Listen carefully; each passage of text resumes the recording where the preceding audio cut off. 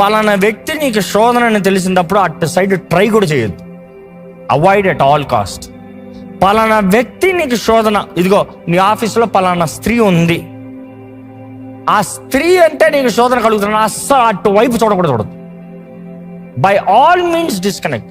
ఇదిగో పలానా వ్యక్తి నెంబర్ నీ దగ్గర వచ్చింది, ఆయన ఏదో మాట్లాడాడు, నీ దగ్గర నెంబర్ ఉంది, నువ్వు చేయాల్సింది first delete the number. Delete the number delete చేయలేకపోయావు, అపవాది నువ్వు అట్లే ఫుల్ రైట్ ఇచ్చావు అనమాట. దెబ్బ అయిన తర్వాత దెబ్బని చెప్పొద్దు, నువ్వు తెచ్చుకున్నావు దెబ్బ. Take responsibility.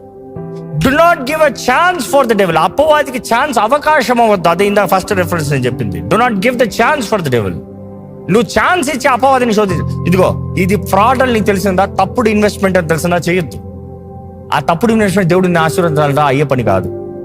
ఇది తప్పుడు ఉద్యోగం, తప్పుడు వ్యాపారం అంటే చేయొద్దు, వెళ్ళొద్దు. దేవుడు అందులో కాపాడాలని ప్రార్థన చేయొద్దు. అది ఇంకా అపవాది